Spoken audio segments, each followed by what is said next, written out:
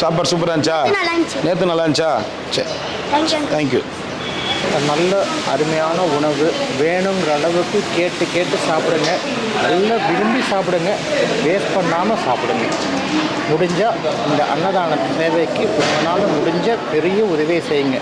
அது மாதிரி தானத்தில் சிறந்த தானம் அன்னதானம். அதுவும் திருவண்ணாமலையில் பண்ணுறக்கூடிய தானம் மிகவும் பிரசித்தி பெற்றது.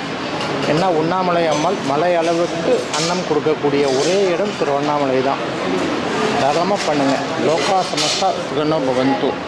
இவரோட சேவை இங்கேயோடு நிற்கக்கூடாது, தொடர்ந்து நடந்துக்கிட்டே இருக்கணும். பசின்னு வரவங்க வயிறார சாப்பிட்டு மனசார வாழ்த்துங்க. அதுதான் என்னோட ஆசை, அண்ணாமலையாரோட விருப்பம். நல்லதே நடக்கும். ரொம்ப நன்றி.